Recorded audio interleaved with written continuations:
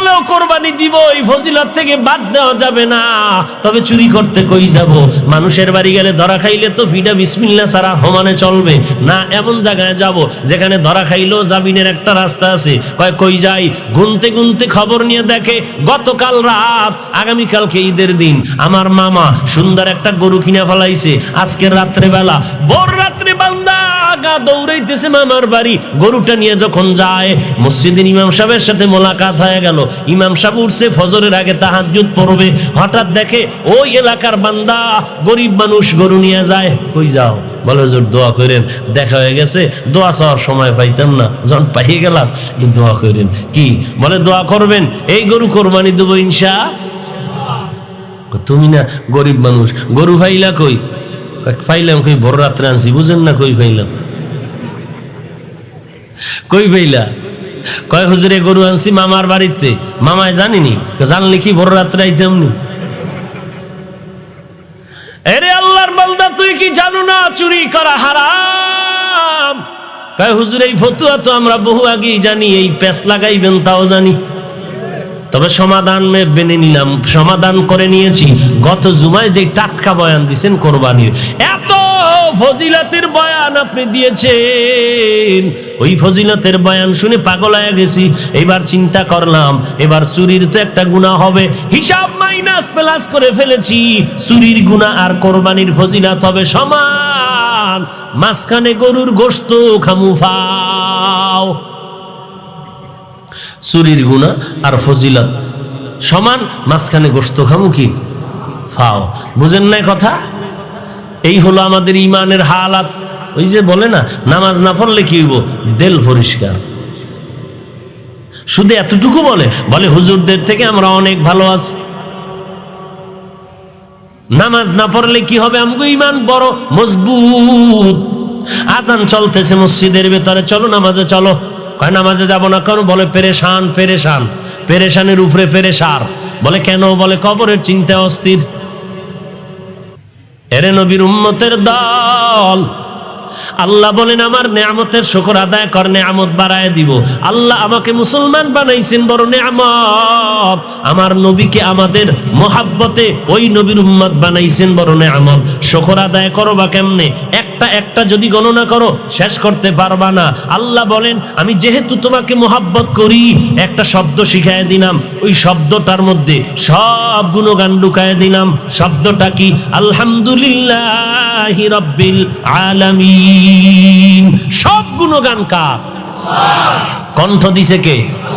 বান্দার চেহারাটা এত সুন্দর, বান্দার কণ্ঠ এত সুন্দর, বান্দার টাকা পয়সা অনেক বেশি, বিল্ডিং বড় সুন্দর। এই যে সুন্দর সুন্দর বললাম, বলেন এই সৌন্দর্য দান করেছেন কে? তাহলে আপনি যদি হিংসা করেন, মূলত আপনি কণ্ঠের হিংসা করেন নাই, আল্লাহর নেয়ামতের সাথে বেঈমানি করতেছেন।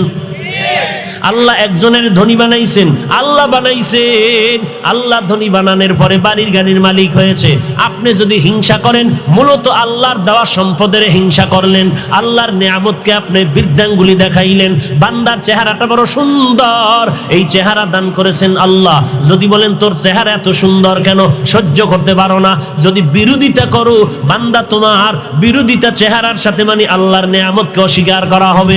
ওই আলেমের কণ্ঠ বড় মজার, আলেমের যোগ্যতা বেশি, এই প্রশংসা যদি তুমি করো, কেউ যদি বিরোধিতা করে, চরমনের এত সুনাম, তাবলিগওয়ালাদের এত সুনাম, দেওবন্দীদের এত গুণগান।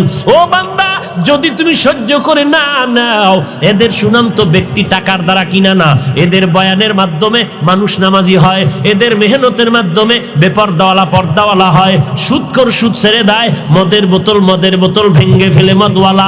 এরে নবীর উম্মতের দল, এই মানুষগুলো নবীর মোহাব্বতে সুন্নতের আমলওয়ালা হয়। এদের বিরোধিতা যদি করো, আল্লাহর নেয়ামতকে অস্বীকার করার পরিচয় প্রকাশ পেয়ে যাবে। এই যে ওয়াজে লোক হইতেছে, এই লোককে তৈরি করে দিলেন, কে এনে দিলেন? তা তুমি যদি এটারে সইতে না পারো, মূলত আল্লাহর নেয়ামতকেই তুমি সহ্য করতে পারো না। আল্লাহ হেদায়েত দান করে। আল্লাহর নেয়ামতের শুকর আদায় কেমনে করবেন? আল্লাহ বলেন আমি নিয়ামত বাড়ায় দিব। বাড়ায় দেওয়ার অর্থ কি? এরে বান্দা, যদি তুই নিয়ামতের শুকর আদায় করো, আমি আল্লাহ তোরে দুনিয়ার জীবনে হেদায়েতের পথ থেকে লাঞ্ছিত করব না, ইন্তেকালের পর হবে আমি মাওলার সাথে মুলাকাত।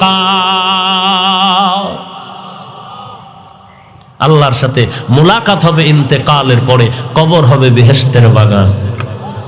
অহংকারী করিও না। কিসের টাকা পয়সা বাড়ি গাড়ি এগুলো দিয়েছেন কে? আরে ভাই, এমনও ধনী চট্টগ্রামে আছে, বাবার কিচ্ছু ছিল না, ছেলে আস্তে আস্তে করে করে কষ্ট করে করে আজকে কোটি টাকার মালিক নাই। এই দিছেন কে? আর একজনে বাবার টাকা কোটি কোটি টাকা ইনভেস্ট করে ফকিন্নি হয়েছে। কথা বলেন না কেন? তাহলে ধনী কে বানাইলেন? এখন এই ধনীর বরকত তুমি আল্লাহর শুকর আদায় করবা। শুকর আদায়, সম্পদের শুকর আদায় কেমনে হবে? বেশি বেশি সিনেমা হল বানাও, বেশি বেশি নাচ গান দাও। বলে না না, তোমার দাও আল্লাহর সম্পদগুলো দিনের রাস্তায় দাও। তোমার ঘরে জামা কাপড়ের অভাব নাই, অথচ মাদ্রাসায় কত গরিব ছাত্রর একটা জামা বানানোর টাকা নাই, শীতের পোশাক কেনার টাকা নাই। তুমি কিছু টাকা দাও, তোমার টাকায় গরিব ছেলে কোরআন পড়ে, হাদিস পড়ে, ওর গায়ে একটা জামা উঠবে, ও আল্লাহর কাছে ভোর রাত উঠিয়ে কানবেন, আল্লাহ আমার একটা জামা দিয়া, একটা কম্বল দিয়া, একটা ল্যাপ দিয়া, আমাকে একটা শীতের বস্ত্র দিয়া যে সহযোগিতা করলো, ও মালিক আমাকে যে বান্দা ভুলে নাই, তুমিও ওই বান্দাগুলোরে ভুলিও না। শুকর আদায় করবেন। ও আল্লাহর বান্দা, যার আব্বা আম্মা বেঁচে আছে, সন্তান তোমার জন্য বড় নেয়ামত। এই নেয়ামতের শুকর আদায় কেমনে করবা? মা বাবারে বেশি বেশি খানা দাও, মা বাবার থেকে বেশি বেশি দোয়া নাও। মাকে বলো, মা আমার কপালে হাত দাও, আমার মাথায় একটা হাত দিয়া দোয়া করে দাও। ও আম্মা জান, আমার জন্য দোয়া করে দাও, আমি যেন আদর্শবান সন্তান হতে পারি। ও দুনিয়ার মানুষ, ও পর্দার আড়ালের মা, তুমি যদি একজন স্বামী পাও, দিনদার স্বামী, তোমার জন্য বড় নেয়ামত। স্বামীর সাথে ব্যবহার ভালো করো, স্বামীর মাল হেফাজত করো, স্বামীর খেদমত করো, স্বামীর দিকে তাকাইয়া গরম নজরে কথা বলবা না। এইটা হবে নেয়ামতের শুকর আদায় করা। ও স্বামী, তোমার জন্য একটা নেককারিনী স্ত্রী বড় নেয়ামত। ওই স্ত্রীর ঘর থেকে নেককার সন্তান আসবে। অতএব স্ত্রী তোমার রান্না বান্না করে আগুনের মধ্যে সময় কাটায়, আবার সন্তানের পেছনেও সময় দেয়। আল্লাহর মোহাব্বতে তুমি ওই সন্তানগুলো সেই স্ত্রীর দিকে মায়ার নজরে তাকাও। পারলে তুমি সহযোগিতা করো, না পারলে তুমি চুপ থাকো, কিন্তু ধমক দিও না। আল্লাহর কাছে দোয়া করো, তোমার জামা কাপড় থেকে শুরু করে তোমার ঘর হেফাজতের জিম্মাদারি নেয়। এ দুনিয়ার মানুষ, এলাকার জন্য মাদ্রাসা বড় নেয়ামত, এলাকার জন্য ওলামায়ে কেরাম বড় নেয়ামত। আলেমদের খেদমত করো, মাদ্রাসায় সহযোগিতা করো, কিছু কথা দিয়ে হলে সহযোগিতা করো। যদি একটু সময় দেওয়া লাগে, সময় দিয়ে সহযোগিতা করো। কিছু টাকা যদি দেওয়া লাগে, টাকা দিয়ে সহযোগিতা করো। সন্তান যদি দিতে হয়, সন্তান কোরআন পড়ায়া মাদ্রাসায় পাঠায়া সহযোগিতা করো। কিয়ামতের ময়দানে এই কোরআন পড়নেওয়ালা একটা সন্তান 10টা গুনাহগার জাহান্নামীরে সুপারিশ করে জান্নাতে নিয়ে যাবে। এ নবীর আশিক, ওমরের মতো বান্দা তরবারি নিয়ে দৌড়ায় আমার নবীর গর্দান কাটার জন্য। ওদিকে আমার মায়ার নবী চোখের পানি ছেড়ে কান্না করেন, হে মালিক, ওমরের তুমি ইসলামের খাদেম বানায় দাও। ওমর তরবারি নিয়ে দৌড়ায় মুহাম্মদের গর্দান আনার জন্য। আল্লাহ তো হেদায়েতের ফয়সালা করে রেখেছেন। আল্লাহ বলেন, হেদায়েত দিব আমি। নবী আপনার কাছেও হেদায়েতের চাবি দেই নাই। ইন্নাকা লা তাহদি মান আহবাবতা ওয়ালাকিন্নাল্লাহা ইয়াহদি মান ইয়াশা। আপনি মোহাব্বত করলেই হেদায়েতের দরজা দিয়ে ঢুকাতে পারবেন না, যেমন আবু জাহালকে পারেননি। কারণ আমি আল্লাহ চাইলে হবে, নবী আপনি চাইলেও হবে না। আমি আল্লাহর মর্জি মতো চাইলেই কি হয়ে যাবে। হ্যাঁ, আল্লাহ পাক রব্বুল আলামিন ওমরের দিল ঘুরায় দিলেন। আরে ভাই, একটা মানুষের প্রতি মোহাব্বত, একটা মানুষকে ভালো জানা আর একটা মানুষকে খারাপ মনে করা, বিষয়টা কি হাতের সাথে সম্পর্ক না কলবের সাথে সম্পর্ক? বলে একটা মানুষকে ভালো জানা, একটা মানুষকে সম্মান করা আর একটা মানুষকে গালি দেওয়া, এই যে বিষয়টা দুশ্মন মনে করা, এই বিষয়টার সম্পর্ক মানুষের বডির সাথে কিসের সাথে? কলব কার হাতের মুঠায়? কার কুদরতে? তাহলে আল্লাহ তাআলা যার কলবকে ঘুরায় দিবেন, কলবের মধ্যে যার প্রতি মোহাব্বত ঢেলে দিবেন, মোহাব্বত তৈরি করে দিবেন, ওই বান্দা মোহাব্বত করতে থাকবে। আবার কলবের মধ্যেই আমার আল্লাহ কারো প্রতি দুশ্মনের ভাব সৃষ্টি করে দিবেন, তখন দুশ্মনে শুরু করবে। একটা লোক ওমর যাচ্ছে নবীরে মারবে, 100 লাল পুরস্কার পাবে, কলবের ভিতরে মোহাব্বতের অবস্থান আল্লাহ তৈরি করে দিলেন। বাস ওমরের দিল ঘুরে গেল মুহূর্তের মধ্যে। যেই ওমর রসুলের দুশ্মন, এখন সে ওমর রসুলের চরম বন্ধু হয়ে গেল। ইহুদি বেঈমান রেডি হয়ে গেল, মুহাম্মদের দাওয়াত দিবে, আমার বাড়ি মুহাম্মদ আসবে একবেলা খানা খাওয়ার জন্য। নবীজির দরবারে রওয়ানা। ইহুদি পয়গম্বরের দরবারে গিয়া ডাক দিয়া বলেন, পয়গম্বর আপনি যদি মেহেরবানি করে আমার বাড়ি একবেলার খানার দাওয়াত নেন, খুশি হব। নবীরে দাওয়াত দেয় কে? ইহুদি। নবী চিন্তা করলেন, আমি রহমাতুল্লিল আলামিন ইহুদির বাড়ি যাব, এটা কেমনে হয়? না, তোমার বাড়ি যাওয়া যাবে না। কি করা যায়? ইহুদি মন খারাপ করে রওনা। রব্বুল আলামিন ডেকে বলেন, জিবরাইল নবীরে জানায় দাও ইহুদির দাওয়াত যেন নবী কবুল করে নেয়, কারণ ইহুদির মনের হালাত আমি জানি, হেদায়াতের কারণ হয়ে যাবে নবী ইহুদির বাড়ি দাওয়াত খাওয়াটাই। তাহলে আমরা নবী যদি ইহুদির বাড়ি দাওয়াত খাইতে যাইতে পারে, আমরা দুর্গা পূজায় গেলে সমস্যা কি?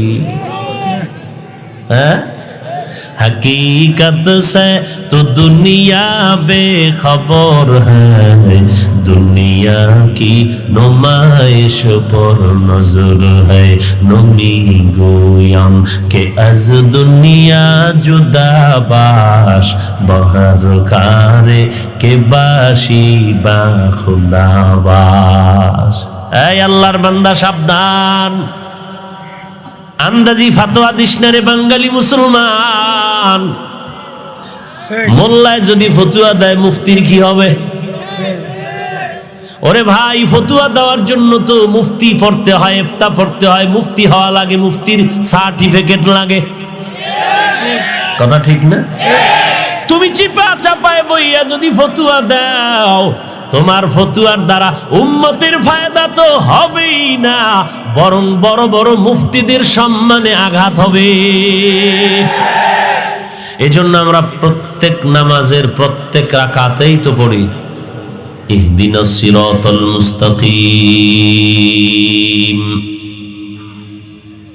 আয় আল্লাহ, আমাদেরকে জান্নাতে পৌঁছার সঠিক সহজ সরল পথ দেখায় দেন, হেদায়াত দান করেন। সিরাতাল্লাযীনা আন'আমতা আলাইহিম,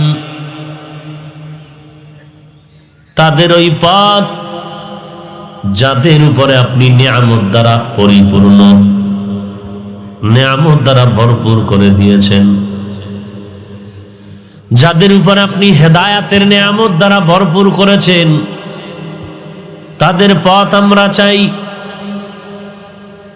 কাদেরকে আপনি হেদায়াতের নিয়ামত দ্বারা সুন্দর করে পূর্ণাঙ্গ জীবন পরিচালনার ব্যবস্থা করে দিয়েছেন। আল্লাহ বলেন, আমাইয়ুতিল্লাহ ওয়ার রাসূল ফাউলাইকা মাআল্লাযীনা আন'আমাল্লাহু আলাইহিম মিনান নাবিয়্যিন ওয়াস-সিদ্দীকিন ওয়াশ-শুহাদাই ওয়াস-সালিহিন ওয়া হাসুনা উলাইকা রাফীকা। আল্লাহ যাদেরকে হেদায়াত নামক নিয়ামত দান করে জান্নাতের পথে আগায় নিলেন, এরা চার দল: নবিয়্যিন, সিদ্দিকিন, শুহাদা, সালিহিন। নবীগণ, সিদ্দিকগণ, শহীদগণ, সালেহগণ। দ্বীনের হেদায়াত আল্লাহর দেয়া বড় নেয়ামত। রাসূল আরবি সাল্লাল্লাহু আলাইহি ওয়া আলিহি ওয়াসাল্লাম বলেন, মান ইউরিদিল্লাহু বিহি খাইরান ইউফাক্কিহু ফিদ্দীন। আল্লাহ পাক যার খায়রিয়াত, ভালাই চাহেন, মঙ্গল চাহেন, আল্লাহ তাআলা তারকে হেদায়েতের দৌলত দান করেন, দ্বীনের জ্ঞান দান করেন। তাফাক্কুহ ফিদ্দীন, তালিমের সাথে আমল, ইলমের সাথে আমল, শিক্ষার সাথে দীক্ষা আল্লাহ দান করেন। জমিনের মধ্যে সবথেকে বড় নেয়ামত হলো দ্বীনের হেদায়েত। এই জন্যই তো মানুষ এত কেন আল্লাহর কাছে দামি, এর একমাত্র কারণ এই মানুষ আল্লাহকে চিনে, আল্লাহকে ডাকতে পারে, মানুষের জবানে আমার আল্লাহর গুণগান গাওয়া হয়। মানুষ এই তো মেধা খাটাইয়া জমিনের মধ্যে আল্লাহর কুদরতের বহির প্রকাশ ঘটায়, বিমান তৈরি করে, রকেট বানায়, স্যাটেলাইট তৈরি করে, বিজ্ঞানীরা কত কিছু আবিষ্কার করে, দার্শনিকরা কত কিছু দর্শন দিয়ে আবিষ্কার করে। আজকে কেমন সুন্দর প্লেন তৈরি হয়েছে, আজকে মহাশূন্যের মধ্যে, মধ্যাকর্ষণের মধ্যে স্যাটেলাইট তৈরি করেছে। দুনিয়ার মানুষ যা করতেছে দ্বারা সবকিছু আল্লাহর গুণগান বৃদ্ধি পায়, প্রকাশ পায়। আকাশের ভেতরে তেল ছাড়া আরে কোনো একটা বিমান শূন্যের উপরে 1000 মাইল উপর থেকে চলে যায়, শত শত যাত্রী নিয়ে চলতেছে। কিভাবে আল্লাহ চালাইতেছেন? এইভাবে রকেট তো আরো দ্রুত গতিতে চলে। আল্লাহ রাব্বুল আলামিনের কুদরত মানুষ গবেষণা করে করে করে করে মানুষের কাছে প্রকাশ করে। এই যে মোবাইলে কথা বলি, আমেরিকার খবর এখানে বসে নিতে পারি। মানুষের মেধা, এগুলোর দ্বারা কাজ হলো আমার আল্লাহর গুণগান প্রকাশ হইল। কারণ মানুষ এত সুন্দর মিস্ত্রি, এত কারিগর, এত মেধা খাটাইয়া বিমান প্লেন তৈরি করেছে। এগুলো বান্দার নিজস্ব কোনো কিছু না, আমার আল্লাহর দেওয়া জ্ঞানের বহিঃপ্রকাশ। আল্লাহ রাব্বুল আলামিন এমন সুন্দর করে গোটা জগৎটাকে সাজিয়েছেন, এই এক একটা নেয়ামত যদি গণনা করি শেষ করা যাবে না। ওয়া ইন তাউদ্দু নি'মাতাল্লাহি লা তুহসুহা, আল্লাহর নেয়ামত গণনা যদি করো কিয়ামত পর্যন্ত বান্দা চলতে থাকবা, শেষ করতে পারবা না। আমার আল্লাহ কেমন দয়ার মালিক, দয়াময় আল্লাহ তাআলা আমাকে মানুষ হিসেবে গোটা জগতের মধ্যে শ্রেষ্ঠত্ব দান করেছেন, বড় নেয়ামত। মানুষ বানানোর পরে আল্লাহ পাক দয়া মেহেরবানি করে মুসলমান ফ্যামিলির মধ্যে পাঠিয়েছেন, বড় নেয়ামত।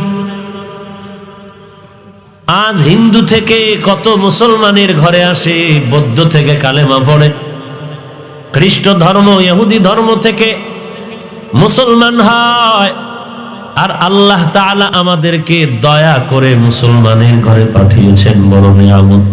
আমরা বলি নাই ও আল্লাহ আমাদেরকে আপনি মুসলমানের ঘরে পাঠিয়ে দিয়েন। শুধু তাই না, আল্লাহ পাক এমন একজন নবীর উম্মত আমাদেরকে বানিয়েছেন। তাকায়া দেন, এমন একজন নবীর উম্মত আল্লাহ আমাদেরকে বানিয়েছেন যে নবীর মতো কোনো নবী নাই। কেমন নবী আমার, এমন একজন নবীর উম্মত আল্লাহ আমাদেরকে বানিয়েছেন। আল্লাহ বলেন মুহাম্মদ আমার এমন বন্ধু, ইব্রাহিম নবী আমার বন্ধু, ঈসা নবী আমার মোহাব্বতের বন্ধু, তবে মুহাম্মদ আমার বন্ধু। ব্যবধানটা কেমন? সব আম্বিয়া কেরাম নবী পয়গম্বর হলেন আল্লাহ তাআলার আশিক, আর আল্লাহ বলেন আমি নিজে হলাম আমার বন্ধু মুহাম্মদের আশিক। আমি আল্লাহ হলাম রব্বুল আলামিন, আমার বন্ধু মুহাম্মদরে বানায় দিলাম রাহমাতুল লিল আলামিন। আমি আল্লাহ হলাম রব্বুল আলামিন, আমার মুহাম্মদ বন্ধু হলেন রাহমাতুল লিল আলামিন। জাহাঁ তক হ্যায় रबूबियत खुदा का वहाँ तक है नबूवत मुस्तफा का। रबूबियत खुदा के ए जहाँ तक नबूवत मुस्तफा के है वहाँ तक। গোটা জগতের জন্য আমার আল্লাহ যেমন রব, গোটা জগতের জন্য আমার নবী হলেন রহমত। আমি আল্লাহ এমন আল্লাহ, আমার মতো কেউ নাই। আমার নবী এমন নবী যে নবীর মতো আর কেউ নাই। আমার নবীর এমন সুন্দর একটা কিতাব দান করেছি, কোরআনে হাকিম। ওই কিতাবের মতো জমিনের মধ্যে আর কোনো কিতাব নাই, এত দামি কিতাব। এই কিতাবটা যেই জায়গায় থাকবে জায়গাটাও দামি। এই কোরআন যার সাথে লাগবে সেই বান্দার দাম বেড়ে যাবে। সামান্য কাপড়ের কোনো দাম নাই, আল্লাহর কোরআনের সাথে লাগলো গিলাফ, নাম হলো দাম বেড়ে গেল। কাঠের দাম নাই, কোরআনের সাথে লাগলো রেহাল, নাম হলো দাম বেড়ে গেল। আপনাদের এই চট্টগ্রামে বিল্ডিং ঘর বাড়ির অভাব নাই, কিন্তু একটা বাড়ি একটা বিল্ডিং এর এই পরিমাণ মর্যাদা নাই কোরআনওয়ালা টিনের ঘরের যেই পরিমাণ দাম। এই কালামে জিন্দা কোরআনে হাকিম, হিকমতে উলা ইয়াজাল সুতু কদিম। বখা কোরআন কালামুল্লাহ বশনো কদিমাস্তি, কদিমাস্তি নইনো। আল্লাহর কোরআন এমন সুন্দর, যেই কোরআন দেখলেও মোহাব্বত বাড়ে, সওয়াব হয়। আমার আল্লাহ এমন সুন্দর, আমার আল্লাহকে দেখলে, আমার আল্লাহর কুদরত দেখলে সওয়াব হয়, কলিজায় মোহাব্বত বাড়ে। আমার আল্লাহ তাআলার নবী এমন সুন্দর, যে নবীর দিকে তাকাইলে সওয়াব হয়, পেটের ক্ষুধা নিবারণ হয়, তৃপ্তি অর্জন হয়, মোহাব্বত বাড়ে। দুশমন আসছে আমার নবীকে হত্যা করার জন্য, নবীর কাছে এসে যখন চেহারার দিকে নজর পড়ে গেল, বলে এই লোকটাকে তো মারার কোনো সুযোগ নাই। ওরে মানুষ কেন, মানুষ কেন, মানুষ কেন? ওই রাস্তার কুকুর, ইহুদি বেঈমান টাকা দিয়ে খরিদ করে লালন পালন করে, বয়স বেড়ে গেল 2-2.5 বছর কুকুরের বয়স। টাকা পয়সা দিয়া, খানা দিয়া 3 বেলা কুকুরটারে বড় বানাইলো। ইহুদির মনের চিন্তা হলো, মুহাম্মদের একদিন আমার বাড়ি দাওয়াত দিয়া এই কুকুরের মাধ্যমে মুহাম্মদের জমিন থেকে শেষ করে দিব। ওয়া মাকারু ওয়া মাকারাল্লাহ ওয়াল্লাহু খায়রুল মাকিরিন।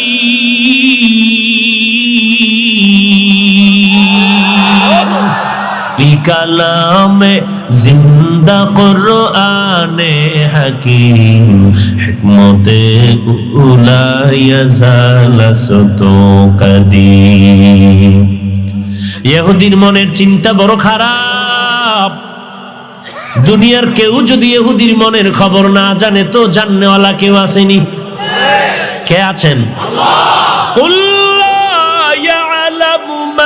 ফিস সামাওয়াতি ওয়াল আরদিল গায়বা ইল্লাল্লাহ।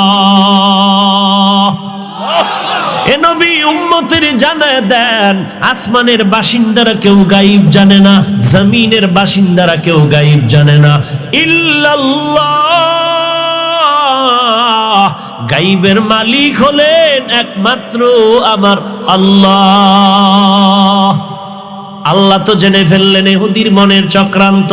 আল্লাহ বলেন 100 বছর পর্যন্ত বেঈমান অন্তরের মধ্যে দুর্বিসন্ধি নিয়া পরিকল্পনা করবি, কুচক্রান্ত করবি, অপচেষ্টা চালাবি ইসলামের বিদায় করে দেওয়ার জন্য, কোরআনের আওয়াজ বন্ধ করার জন্য।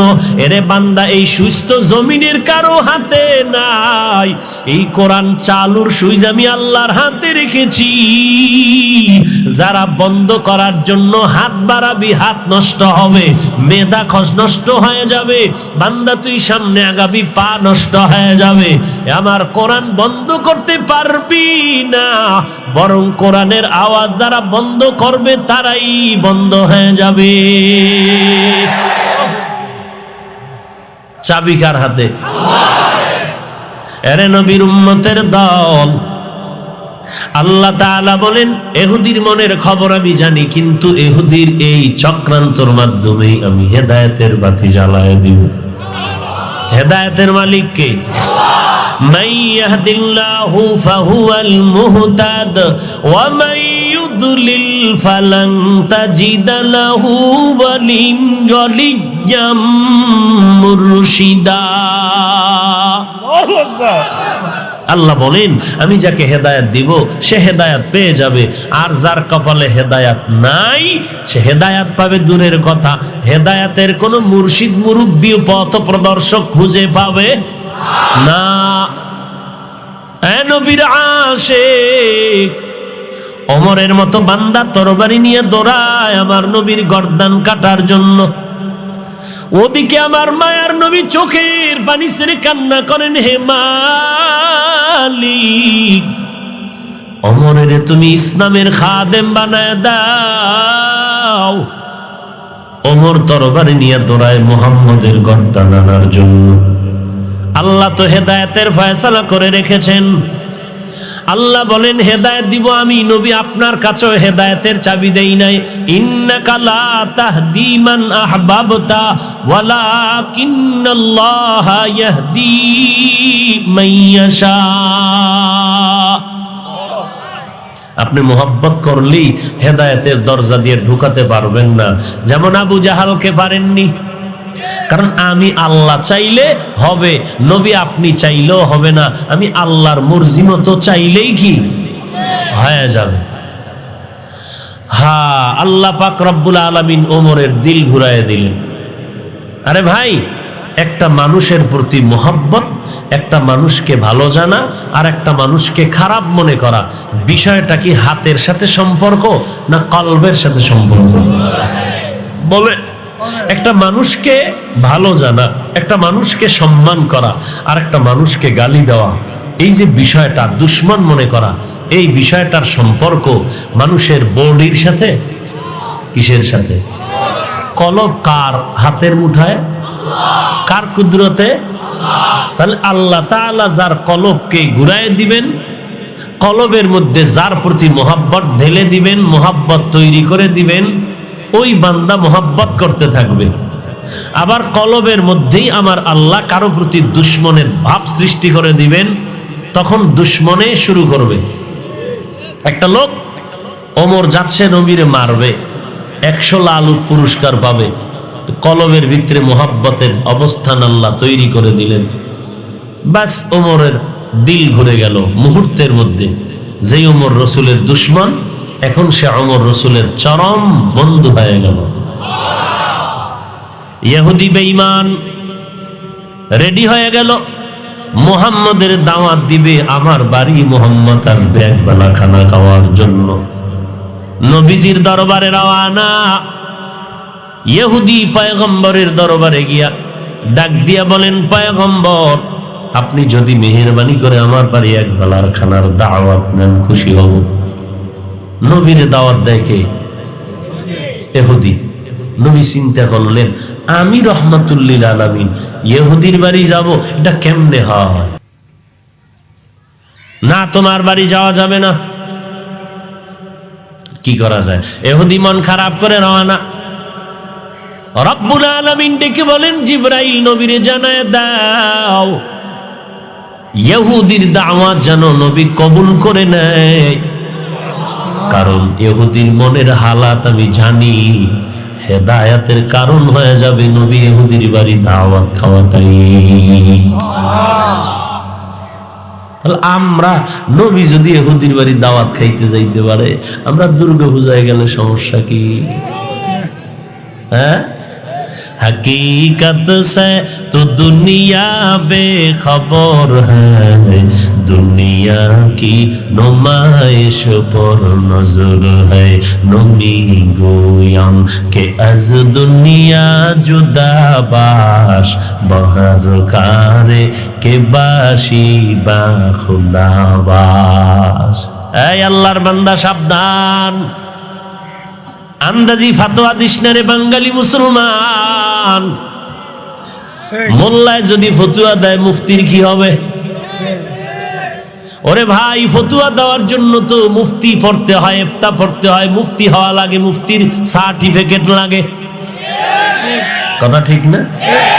তুমি চিপা চাপায় বইয়া যদি ফতুয়া দাও, তোমার ফতুয়ার দ্বারা উম্মতের ফায়দা তো হবেই না, বরং বড় বড় মুফতিদের সম্মানে আঘাত হবে। বুঝে না, বুঝে না মানুষ, বুঝে? হ্যাঁ, ফট করে বললাম এটা হারাম, এটা জায়েজ নাই, এটা হালাল না, এটা হারাম, এইভাবে ফতুয়া দিলাম। যদি আমারে চিঠি দিয়া কয়, ভাইজান আপনি যে হালাল বললেন, দলিল নাম্বার, কোরআনের কয় নাম্বার আয়াত, কত নাম্বার হাদিসের কত নাম্বার পৃষ্ঠা বলেন। এই জন্য ফতুয়া দেওয়া বড় কঠিন জিনিস। আমাকে তো এখন ফতুয়া দিতে টিকিট লাগে না। হ্যাঁ লাগে? জাগাত ফতুয়া। জুমার দিন ইমাম সাহেব নামাজ পড়াইয়া খতিব সাহেব বসে আছেন, তো এলাকার এক মুসল্লি, হুজুর ভালো আছেন? জি, একটা মাসালা জানতে চাই, বলেন। এই এই এই এই ঝামেলায় পড়েছি, এখন কি করতে পারি? আমি এখন হালাল পথে আছি নাকি হারাম পথে আছি? খতিব সাহেব চিন্তা করে জবাব দেওয়ার আগে মহাপণ্ডিত মূর্খ পাশে বয়ে কয়, তুমি হুজুরের জিগাও কেন? আমি জানি না, এটা জায়েজ নাই, এটা চরম হারাম, চরম খারাপ কাম করছে। ইমাম সাহেব জিব্বায় কামড় দিছে, সর্বনাশ করলো কি? জায়েজটারে নাজায়েজ বানায় ফেলাইলো, আর নাজায়েজটারে জায়েজ বানায় ফেলাইলো। আম্মা, ইমাম সাহেব একটু জিব্বায় কামড় দিছে, এতেও শান্তি নাই। ওই পণ্ডিতে কয়, কি হুজুর কথা ঠিক আছে তো? এখন হুজুর যদি কয় ঠিক নাই, তাহলে সূর্য ডুবার আগে বাড়ি যান। কারণ শিয়ালের হাতে যদি মুরগি আমানত দেওয়া হয়, কি পরিমাণ থাকবে মুরগিটা জিন্দা? শিয়ালের হাতে মুরগি আমানত দেওয়া যেমন বুদ্ধিমানের কাজ, কোরআন হাদিস তথা ধর্মের চাবি সুদখোরের হাতে দেওয়াটাও বুদ্ধিমানের কাজ। খুব গুণগান গাইলাম, চরম বুদ্ধিমান না?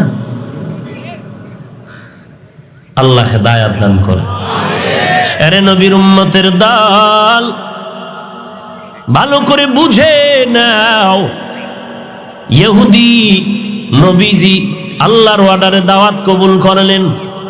ইহুদির বাড়ি আমার নবী দাওয়াত খাওয়া, এর উপরে ধারণা করিয়া তুমি আমি দুর্গা পূজায় গেলে হবে না। আমার নবী যা পারবেন উম্মতেরা তা পারবে না। আমার নবী যা পারবেন উম্মতেরা পারবে না। আবার নবীর অবর্তমানে আহলে হক উলামায়ে কেরাম যা পারবেন, সাধারণ মুসল্লিরা তা কখনো সম্ভব হবে না। কেমনে বুঝাই? এখানে ঠিক ঠিক করে, বাইরে গেলে আবার উল্টা দিকে ঠিক, বুঝলেও ঠিক না বুঝলেও ঠিক। এটা গজবে ঠিক ঠিক, বুঝলেও ঠিক না বুঝলেও ঠিক। আল্লাহ মাফ করে। ভাইরা আমার, মায়ার নবী ইহুদির দাওয়াত কবুল করেছেন, নিজের মন গড়া কবুল করছেন না আল্লাহর ইশারা আছে? আপনি যে দুর্গা পূজায় গেলেন, কোন খোদার ইশারা পাইলেন? হিন্দুরা কি কয় জানেন? আহা, একটা পূজা পালন করুন, মুসলমানের ধাক্কায় পারি না। মুসলমান এসে এত ডিস্টার্ব করে, আমগো হিন্দু মহিলাদের উপরে বাঁকা নজরে তাকায়। এই মুসলমান এমনি নি যায়, এমনি যায়। আরে ভাই, এমপি সাহেব গেছে, এগো মাসালা ভিন্ন, বুঝেন নাই? তাদের সাথে আপনি তাল মিলাইলে হবে নাকি? ভাইরা আমার, আর যাইলেই যে সে একটা বড় সওয়াবের কাজ করছে এটা নাকি? একজনে মদ পান করতেছে এই জন্য হালাল? বলেন, মদ পান করতেছে এই জন্য হালাল না। ফতোয়ার জায়গায় ফতুয়া ঠিক থাকবে, তুমি মদ পান করো আর না করো। কি ভাই? এখন যারা মদ পান করবে তারা বলবে হালাল, যারা করবে না তারা বলবে হারাম। এটা তো ফতুয়া নিয়ে, এটারই বলে ফতুয়া বাজি। বাজি মানে খেলনা করা, খেলা করা। ফতুয়া নিয়ে খেলা করা যায় না। ফতুয়ার দ্বারা মানুষের ঈমান মজবুত করতে হয়। ফতুয়া খেলার জিনিস না ঈমান ঠিক করার জিনিস? আপনি মদ পান করেন, আপনার সাথে কোনো দ্বন্দ্ব নাই, তবে ফতুয়া হলো এটা হারাম। হারাম মনে করে যদি মদ পান করেন তাহলে সে কথা আমাদের কোনো দ্বন্দ্ব নাই। কিন্তু যদি মদ পান করতে গিয়া বলেন হুজুরদের ফতুয়া মানি না, এটা হালাল, তখন তো কথা না বলে চুপ থাকা যাবে না। বুঝেননি? কি বুঝেন? চট্টগ্রামে বয়ান করতেছি, ঢুকে গেছি রাঙ্গামাটি। আল্লাহ বুঝার তৌফিক দান করুন। এরে নবীর উম্মতের দল, নবী যা পারবেন উম্মতেরা তা পারবে না। উলামায়ে কেরাম কোরআনওয়ালা যারা যা পারবেন, যা করবেন, সাধারণ মানুষ তা করতে পারবে না। খতিব সাহেব যেই দায়িত্ব নিয়ে চলবেন, একজন মুয়াজ্জিন সেই দায়িত্ব নিতে যাওয়াটা অতিরঞ্জিত ছাড়া কিছু নয়। খতিব সাহেবের বয়ানের স্টেজ উঠে যদি হুজুর আজকের বয়ানটা আমি করুম, আমনে আজান দেবেন, হ্যাঁ, এটা কি আদব না বেদবি? আল্লাহ বুঝার তৌফিক দান করে। হায় হায়, তাহলে খতিব সাহেব যা করবেন মুয়াজ্জিন তা করতে পারবে না, যোগ্যতা থাকলেও পারবে না। আল্লাহ বুঝার তৌফিক দান করুন। আমিন। এবার ইহুদির দাওয়াত নবী কবুল করে ফেললেন। মায়ার নবী ইহুদির বাড়ি রওনা। ইহুদি খুশি না বেজার? উদ্দেশ্য ভালো না খারাপ? কে জানেন? আল্লাহ। কে জানেন? আল্লাহ। আমার নবী জানে? কেন? নবী গাইবের মালিক। নবীরে আল্লাহ জানাইলে জানেন, আল্লাহ না জানাইলে নবী। ভাইরা আমার, নবীজি ইহুদির বাড়ি রওনা হয়ে গেলেন। ইহুদির মনের ভিতরে আক্রমণ, দুর্বিসন্ধি, মনের দিন চিন্তা ধান্দা বড় খারাপ। আল্লাহ তাআলা বলেন কোনো ভয় নাই, ও মুমিন, ঈমানটারে মজবুত করে যদি মজবুত হয়ে চলো, ইখলাসের সাথে চলো, আল্লাহর মোহাব্বত আর সাহায্য নিয়ে চলো, যেখানে দেখবা অন্ধকার ওই জায়গায় দেখবা আলো ফেরেশতা জ্বালায় দিবে। নবীজি ইহুদির বাড়ি গেলেন, ওই বারান্দায় গিয়ে বসার জায়গা দিল, নবীজি বসে গেলেন, মেহমানদারি করবে, কিন্তু ভেতরের কারবার খবর নাই। ভেতরে ইহুদি গিয়া ওইবার কুকুরের ডাক দেয়া কয়, কুকুর মালিকের গোলামি করার জন্য কুকুর বড় আগানো, এই কুকুরের মতো মালিকের গোলামি এই পরিমাণ করতে পারে না। মালিকের বাঁচাইতে গিয়া কুকুর নিজের জীবন দিয়া দিছে। প্রমাণ আছে না নাই?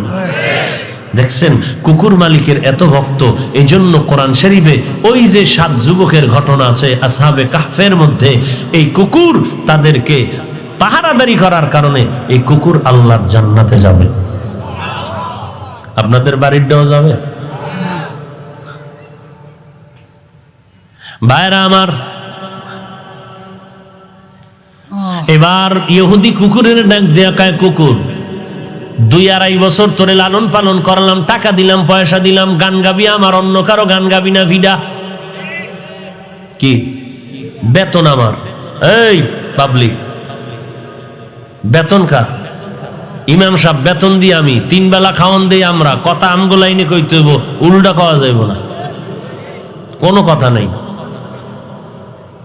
উল্টা তো বলবেনই না, একটু পাম দিবেন, বেতন বেড়ে যাবে। লাইন মতো কথা বলেন, বেতন বাড়ায় দিব।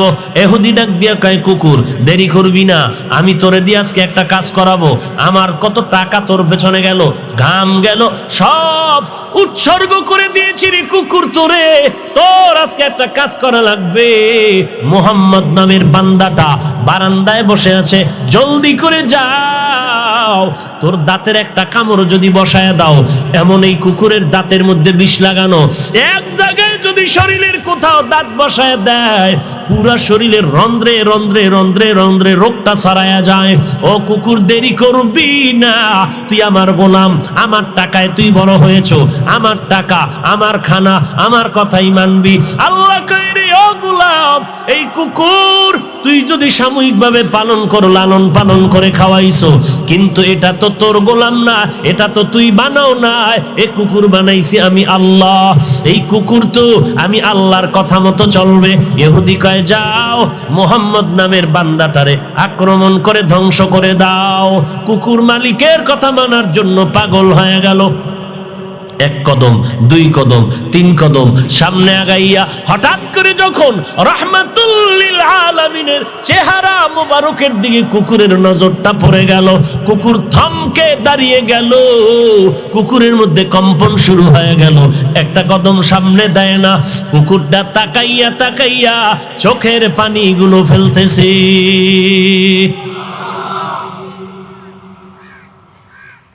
এটা কেমনে সম্ভব? কুকুরে নবীরে দেখে কান্না করে। হ্যাঁ, কুকুর শেষ পর্যন্ত ফিরিয়া গেল ঘরে। ঘরের মধ্যে ফেরত যাওয়ার পরে ইহুদি কয়, কি ব্যাপার, আর একবার সুযোগ দিলাম, না হয় বিচার হবে কঠিন, যাও দ্বিতীয়বার যাও, মুহাম্মদের মেরে ফেলতে হবে। এই যুবক, এই করোনায় কি তওবা করবি না এই গজবের মোবাইল দিয়া? রাস্তা সার, ওই মহিলারা হাঁটতেছে, ওই হাঁটার জায়গা দাও, সরো, যাও, ও পিছনে যাও, নাইলে আমার কাছে এবো, এদিকে।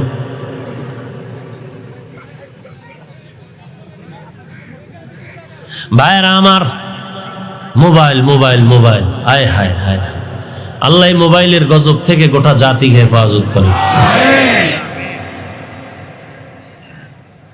ঘুম নাই, নিদ্রা নাই, খানা নাই, গোসল নাই, ব্রেন শেষ, হার্ট শেষ, কান শেষ, কানে শুনে না।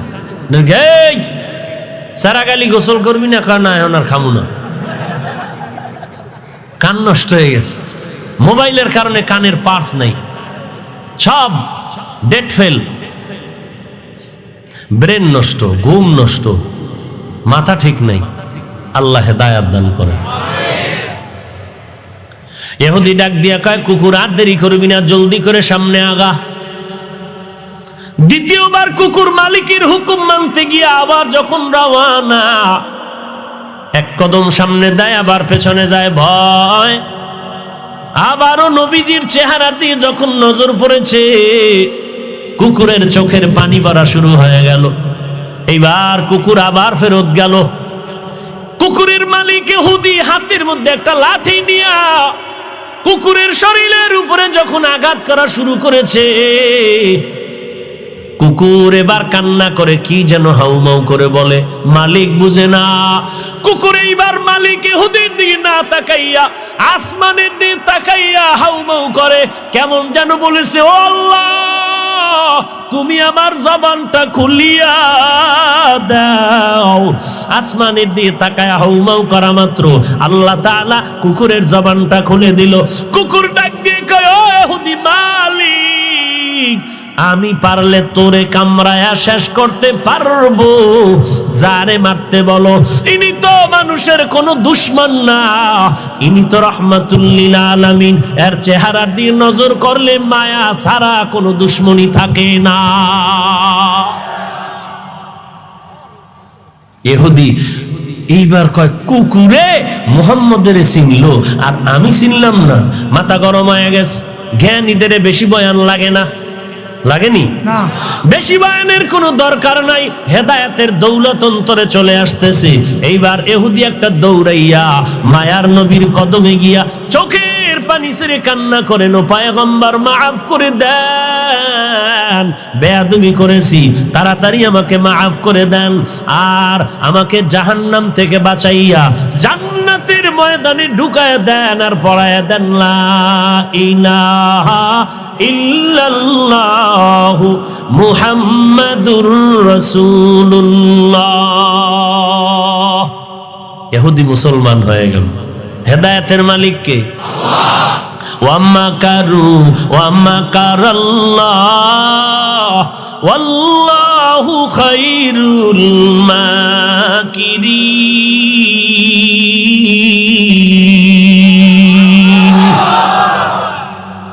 আল্লাহু আকবার কইলেন কেন? স্টাইল কি ভাই? আল্লাহু আকবার বললেন কোরআনের আয়াত শুনিয়া, স্টাইল। তাহলে কেন বলছেন? কথা বলেন। কোরআনের মহাব্বতে, এই তো এটা কইতে এত টেনশন লাগে। কোরআনের মহাব্বতে যদি বলেন, তাহলে সেই কোরআনটা শিখলেন না কেন? নামাজের মধ্যে দাঁড়াইয়া আল্লাহু আকবার বলার পরেই তো কোরআন লাগবে। নামাজ পড়তে পারবেন? নামাজে আল্লাহু আকবার বলার পরেই তো কোরআন পড়া লাগবে নাকি দরুদ? কি আল্লাহু আকবার, আল্লাহুম্মা সাল্লি আলা মুহাম্মদ। নবীর আশিক তো অ্যাডভান্স হয়ে গেল, যে আগেরটা পরে বাথরুমে গিয়া একজন কয় যে বদনার পানি আগে খরচ করে নেয়, পরে পাই আর না পাই। হ্যাঁ, হায় হায় হায়। এরে নবীর আশিক উম্মতের দল, জুমার নামাজে বয়ান শুনছে, কোরবানি দিলে কলিজা ঠান্ডা হবে, আল্লাহ খুশি হবে। ইব্রাহিম নবী তার সন্তানের কি দিছে? এটা কম ফজিলত নেই? কয় যেই পশুটা কোরবানি দিবি ফুলসিরাতে পার করায় দিবে, এই জন্য মোটা তাজা নিবি যেন পাওটা ভাঙ্গা সেখানে পড়ে না যায়। হেন গরু এগুনি দেখছেন নি কারবার? নবীজি কয় এমন সুন্দর বাহন, এমন প্রাণী কোরবানি দাও হাসরের ময়দানে। কি কইছে নবী? তোমার পুলসিরাত পারের সহায়ক হবে। কিয়ামতের দিন উঠবেন নি গাবি নিয়ে? ঘোড়া গরু গাবি উঠবে? উঠবে না। আরে নবীর উম্মতের দল, আবার ওই পশুর শরীরের মধ্যে যেই পরিমাণ পশম, ওই পরিমাণ সওয়াব। লাইয়ানালাল্লাহা লুহুমুহা ওয়ালা দিমাউহা ওয়ালাকিন ইয়ানালুহুত তাকওয়া মিনকুম। তোমার অন্তরের তাকওয়া আল্লাহর কাছে কবুল হবে। মোটা গরু আর তাজা গরু এটা দুনিয়ার মানুষকে দেখানোর জন্য না, একমাত্র আল্লাহর মুহাব্বতের জন্য কোরবানি করো। এমন বয়ান দিছে, সব বয়ান তো আর সবাইরে ধরে না। এক রিকশার ড্রাইভারের ধরে আলাইছে যে কোরবানির এই ফজিলত আমার দিতেই হবে, প্রয়োজনে চুরি করব, চুরি করিয়া হলেও কোরবানি দিব, এই ফজিলত থেকে বাদ দেওয়া যাবে না। তবে চুরি করতে কই যাব? মানুষের বাড়ি গেলে ধরা খাইলে তো ভিডা বিসমিল্লাহ ছাড়া সমানে চলবে না। এমন জায়গায় যাব যেখানে ধরা খাইলেও জামিনের একটা রাস্তা আছে। কই যাই? গুনতে গুনতে খবর নিয়ে দেখে গতকাল রাত, আগামীকালকে ঈদের দিন, আমার মামা সুন্দর একটা গরু কিনে ফেলাইছে। আজকের রাত্রেবেলা, ভোর রাত্রে বান্দা আগা দৌড়াইতেছে মামার বাড়ি। গরুটা নিয়ে যখন যায়, মসজিদের ইমাম সাহেবের সাথে মোলাকাত হয়ে গেল। ইমাম সাহেব উঠছে, ফজরের আগে তাহাজ্জুদ পড়বে। হঠাৎ দেখে ওই এলাকার বান্দা গরিব মানুষ গরু নিয়ে যায়। কই যাও? বলে হুজুর দোয়া করেন, দেখা হয়ে গেছে, দোয়া চাওয়ার সময় পাইতাম না, যখন পাইয়ে গেলাম দোয়া করেন। কি বলে? দোয়া করবেন, এই গরু কোরবানি দেবো ইনশাআল্লাহ। তুমি না গরিব মানুষ, গরু ফাইলা কই? ফাইলাম কই ভোর রাত্রে আনছি, বুঝেন না? কই ফাইলাম? কই ফাইলা? কয় হুজুরে গরু আনছি মামার বাড়িতে। মামায় জানিনি? জানলে কি ভোর রাত্রে আইতাম নি? এরে আল্লাহর বান্দা, তুই কি জানো না চুরি করা হারাম? কয় হুজুর এই ফতুয়া তো আমরা বহু আগেই জানি, এই পেছ লাগাইবেন তাও জানি, তবে সমাধান মেনে নিলাম, সমাধান করে নিয়েছি। গত জুমায় যে টাটকা বয়ান দিয়েছেন কোরবানির, এত ফজিলতের বয়ান আপনি দিয়েছেন, ওই ফজিলতের বয়ান শুনে পাগল হয়ে গেছি। এবার চিন্তা করলাম, এবার চুরির তো একটা গুনাহ হবে, হিসাব মাইনাস প্লাস করে ফেলেছি। চুরির গুনাহ আর কোরবানির ফজিলত হবে সমান। সমান, মাঝখানে গরুর গোশত খামু ফাও। চুরির গুনাহ আর ফজিলত সমান, মাঝখানে গোশত খামু কি ফাও। বুঝেন না কথা? এই হলো আমাদের ইমানের হালাত। ওই যে বলে না, নামাজ না পড়লে কি হইব? দিল পরিষ্কার। শুধু এতটুকু বলে হুজুরদের থেকে আমরা অনেক ভালো আছি। নামাজ না পড়লে কি হবে? আমগো ইমান বড় মজবুত। আজান চলতেছে মসজিদের ভেতরে, চলো নামাজে চলো। কয় নামাজে যাব না কেন? বলে পেরেশান, পেরেশান, পেরেশানের উপরে পেরেশার। বলে কেন? বলে কবরের চিন্তা অস্থির। এরে নবীর উম্মতের দল, আল্লাহ বলেন আমার নেয়ামতের শুকর আদায় কর, নেয়ামত বাড়ায় দিব। আল্লাহ আমাকে মুসলমান বানাইছেন, বড় নেয়ামত। আমার নবীকে আমাদের মোহাব্বতে ওই নবীর উম্মত বানাইছেন, বড় নেয়ামত। শুকর আদায় করো বা কেমনে? একটা একটা যদি গণনা করো শেষ করতে পারবা না। আল্লাহ বলেন আমি যেহেতু তোমাকে মোহাব্বত করি, একটা শব্দ শিখায় দিলাম, ওই শব্দটার মধ্যে সব গুণগান ঢুকায় দিলাম। শব্দটা কি? আলহামদুলিল্লাহি রাব্বিল আলামিন। সব গুণগান কার? কণ্ঠ দিছে কে? বান্দার চেহারাটা এত সুন্দর, বান্দার কণ্ঠ এত সুন্দর, বান্দার টাকা পয়সা অনেক বেশি, বিল্ডিং বড় সুন্দর। এই যে সুন্দর সুন্দর বললাম, বলেন এই সৌন্দর্য দান করেছেন কে? তাহলে আপনি যদি হিংসা করেন, মূলত আপনি কণ্ঠের হিংসা করেন নাই, আল্লাহর নেয়ামতের সাথে বেঈমানি করতেছেন। আল্লাহ একজনের ধনী বানাইছেন, আল্লাহ বানাইছেন, আল্লাহ ধনী বানানোর পরে বাড়ির গাড়ির মালিক হয়েছে। আপনি যদি হিংসা করেন, মূলত আল্লাহর দেওয়া সম্পদের হিংসা করলেন, আল্লাহর নেয়ামতকে আপনি বৃদ্ধাঙ্গুলি দেখাইলেন। বান্দার চেহারাটা বড় সুন্দর, এই চেহারা দান করেছেন আল্লাহ। যদি বলেন তোর চেহারা এত সুন্দর কেন, সহ্য করতে পারো না, যদি বিরোধিতা করো, বান্দা তোমার বিরোধিতা চেহারার সাথে মানে আল্লাহর নেয়ামতকে অস্বীকার করা হবে। ওই আলেমের কণ্ঠ বড় মজার, আলেমের যোগ্যতা বেশি, এই প্রশংসা যদি তুমি করো, কেউ যদি বিরোধিতা করে, চরমনের এত সুনাম, তাবলিগওয়ালাদের এত সুনাম, দেওবন্দীদের এত গুণগান, ও বান্দা যদি তুমি সহ্য করে না নাও, এদের সুনাম তো ব্যক্তি টাকার দ্বারা কিনা না, এদের বয়ানের মাধ্যমে মানুষ নামাজি হয়, এদের মেহনতের মাধ্যমে বেপরদাওয়ালা পর্দাওয়ালা হয়, সুদখোর সুদ ছেড়ে দেয়, মদের বোতল ভেঙ্গে ফেলে মদওয়ালা। এরে নবীর উম্মতের দল, এই মানুষগুলো নবীর মোহাব্বতে সুন্নতের আমলওয়ালা হয়। এদের বিরোধিতা যদি করো, আল্লাহর নেয়ামতকে অস্বীকার করার পরিচয় প্রকাশ পেয়ে যাবে।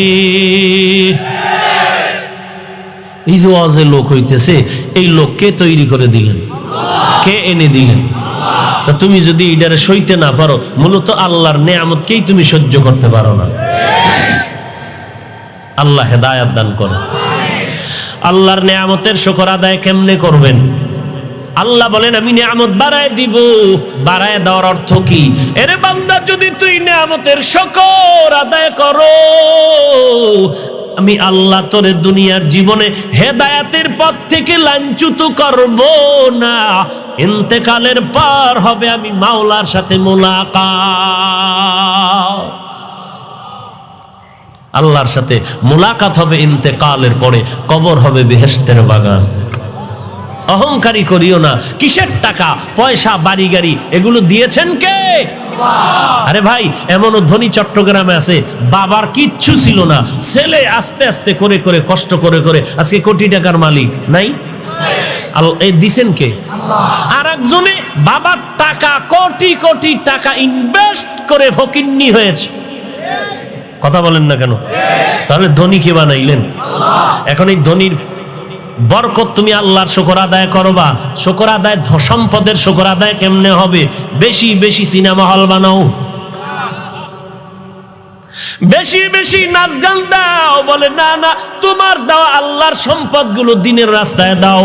তোমার ঘরে জামা কাপড়ের অভাব নাই, অথচ মাদ্রাসায় কত গরিব ছাত্রর একটা জামা বানানোর টাকা নাই, শীতের পোশাক কেনার টাকা নাই। তুমি কিছু টাকা দাও, তোমার টাকায় গরিব ছেলে কোরআন পড়ে, হাদিস পড়ে, ওর গায়ে একটা জামা উঠবে, ও আল্লাহর কাছে ভোর রাত্রি উঠিয়ে কানবেন, আল্লাহ আমার একটা জামা দিয়া, একটা কম্বল দিয়া, একটা ল্যাপ দিয়া, আমাকে একটা শীতের বস্ত্র দিয়া যে সহযোগিতা করলো, ও মালিক আমাকে যে বান্দা ভুলে নাই, তুমিও ওই বান্দাগুলোরে ভুলিও না।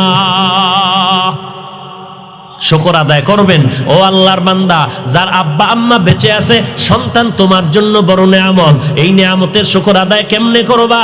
মা বাবারে বেশি বেশি খানা দাও, মা বাবার থেকে বেশি বেশি দোয়া নাও। মাকে বলো, মা আমার কপালে হাত দাও, আমার মাথায় একটা হাত দিয়া দোয়া করে দাও। ও আম্মা জান, আমার জন্য দোয়া করে দাও, আমি যেন আদর্শবান সন্তান হতে পারি। ও দুনিয়ার মানুষ, ও পর্দার আড়ালের মা, তুমি যদি একজন স্বামী পাও, দিনদার স্বামী, তোমার জন্য বড় নেয়ামত। স্বামীর সাথে ব্যবহার ভালো করো, স্বামীর মাল হেফাজত করো, স্বামীর খেদমত করো, স্বামীর দিকে তাকাইয়া গরম নজরে কথা বলবা না। এইটা হবে নেয়ামতের শুকর আদায় করা। ও স্বামী, তোমার জন্য একটা নেককারিনী স্ত্রী বড় নেয়ামত। ওই স্ত্রীর ঘর থেকে নেককার সন্তান আসবে। অতএব স্ত্রী তোমার রান্না বান্না করে আগুনের মধ্যে সময় কাটায়, আবার সন্তানের পেছনেও সময় দেয়। আল্লাহর মোহাব্বতে তুমি ওই সন্তানগুলো স্ত্রীর দিকে মায়ার নজরে তাকাও। পারলে তুমি সহযোগিতা করো, না পারলে তুমি চুপ থাকো, কিন্তু ধমক দিও না।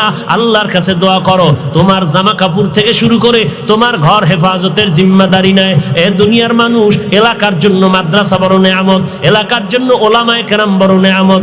আলেমদের খেদমত করো, মাদ্রাসায় সহযোগিতা করো, কিছু কথা দিয়ে হলে সহযোগিতা করো। যদি একটু সময় দেওয়া লাগে, সময় দিয়ে সহযোগিতা করো। কিছু টাকা যদি দেওয়া লাগে, টাকা দিয়ে সহযোগিতা করো। সন্তান যদি দিতে হয়, সন্তান কোরআন পড়ায়া মাদ্রাসায় পাঠায়া সহযোগিতা করো। কিয়ামতের ময়দানে এই কোরআন পড়নেওয়ালা একটা সন্তান 10টা গুনাহগার জাহান্নামীরে সুপারিশ করে জান্নাতে নিয়ে যাবে। আল্লাহর নেয়ামত আমরা পাইছি না ভাই? নাই। কই শুকর আদায় করলেন? ফেরাউনের মতো আদায় করলে হবে? ফেরাউন এত ফকিন্নি ছিল, আস্তে আস্তে আস্তে আস্তে ধনী হইয়া এখন আল্লাহরই চেনে না। আল্লাহ কে? আবার আমি তো আল্লাহ। নাউজুবিল্লাহর আওয়াজ হলো কেন? কি দিলে আপনাদেরও কিছু আসেনি?